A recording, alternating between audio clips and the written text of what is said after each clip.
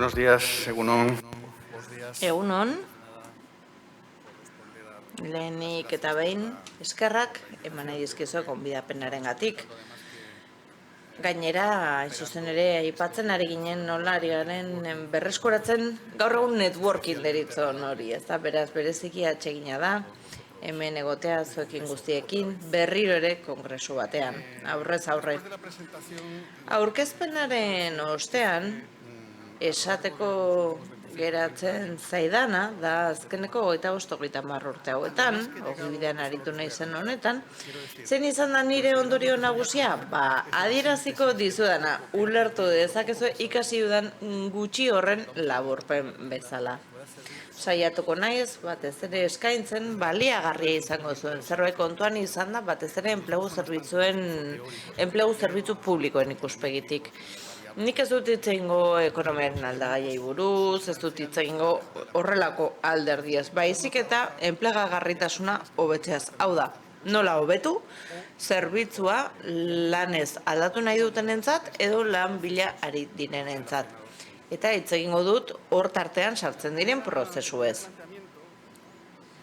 Lehenik eta behin, eta beti da garrantzitsua testu inguratze lan bat egitea.